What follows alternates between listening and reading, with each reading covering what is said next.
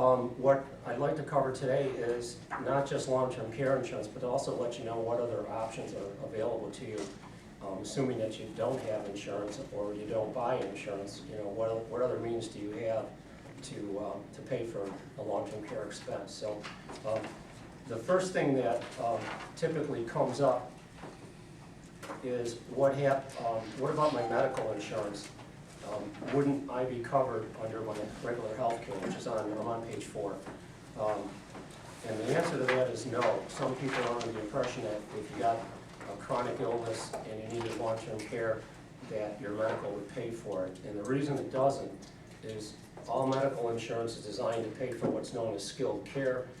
And that essentially means if you get sick, they're going to give you some treatment and you're going to recover. With long-term care, it's classified as custodial care.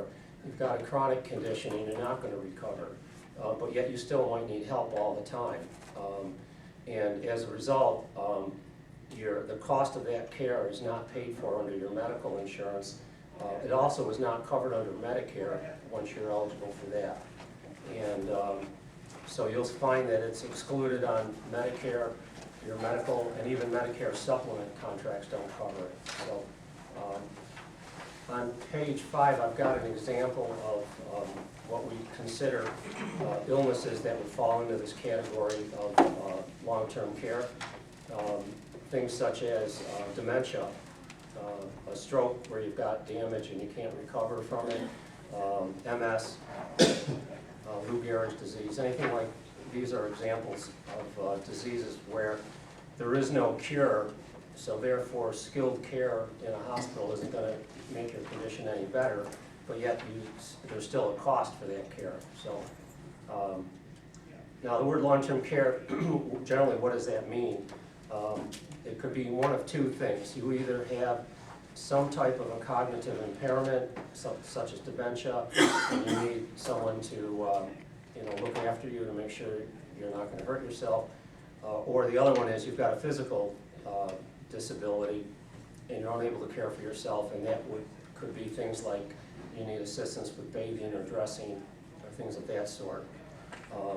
Now, the services that provide this type of care, there's actually several. You can go through home care agencies, there's assisted living facilities, there's adult daycare centers, there's other communities that are known as continuing care communities, and then the last stop is nursing homes. Now, 40 or 50 years ago, the only one on this list that would have been available would have been a nursing home, but today a lot of things have changed, and that's not the case anymore. And one of the reasons is the population that's age 65 and older is getting larger every day. A few years ago in the news it said that the first baby boomer reached the age of 65, and this was on January 1st of 2011.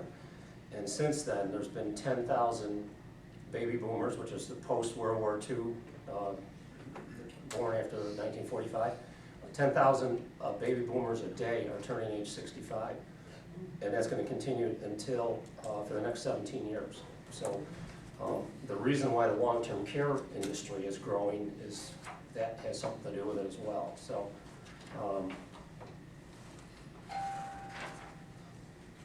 now long-term care insurance is a relatively new product. Excuse me, if you wouldn't mind signing in and take a booklet too, that would be helpful. If you went back 40 or 50 years ago and asked somebody if they bought long-term care insurance, they wouldn't know what you were talking about because the product didn't exist. But it has come about since then. The primary reason is years ago, families typically were much larger than they are today, and if a relative needed care or help, there might have been 2 or 3 generations all living in the same city, in some cases living in the same house.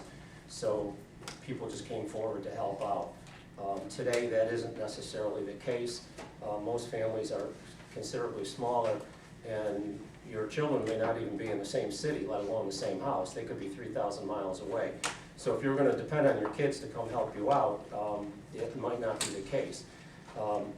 But there's 2 things that have actually occurred that resulted in the long-term care industry coming about with insurance is, one, life expectancies increased substantially, and two, in the past, when someone needed assistance, women typically were the caregivers. They were the ones that came forward to help out. It was not us guys doing that. So, but what's different today versus 50 years ago, the majority of women today have their own careers. So it may not be that easy for you to stop working to help out somebody. Okay. Now I've got some statistics. Well, before that, page 8. These are just some questions for you to ask yourself. Will I need long-term care? Obviously, this is a subject that not a lot of people want to talk about, and many people are in denial that you'll even need assistance of any sort. So, I mean, we're talking about at the point in your life when you're going to need help. Thanks. And you'd probably prefer to think about other things besides this. So, but some thoughts for you to think about here. Do you believe you'll live a long life? You know, what is your life expectancy? What has life expectancy been in your own family? If you do live a long life, is it possible at some point you could become chronically ill? You could thank the medical profession because they can seem to keep us alive at almost all costs. So they may keep you alive, but you may not be fully functional. You could end up being chronically ill. So if that happens, what's your plan? How would you pay for this? Some people might say, well, I got money in my retirement account, I'll use that money to pay for care. The problem with that is most people that have accumulated money in their retirement account, that money really was set aside to supplement your income during retirement years. And if you ended up having to clean out your retirement account to pay for this kind of care, it could compromise your lifestyle in retirement. So most people, unless you're north of $1 million in your retirement account, probably don't have enough money to do both, to supplement your income and to pay for a long-term care illness. And you'll find out in a minute what the current cost of care is here locally.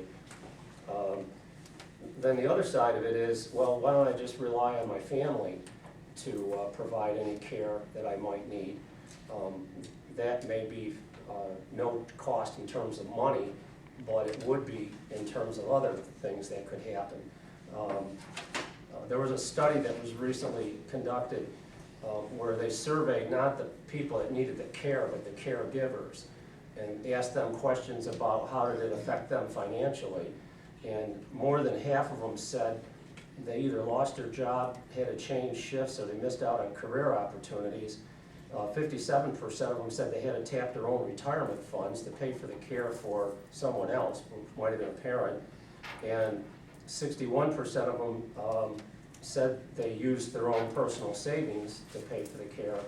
And 63% reported a reduction in income as a result of their job, because they weren't, they might not have been there all the time. So there is a cost and it may not be dollars out of your pocket, but it might affect your caregivers. So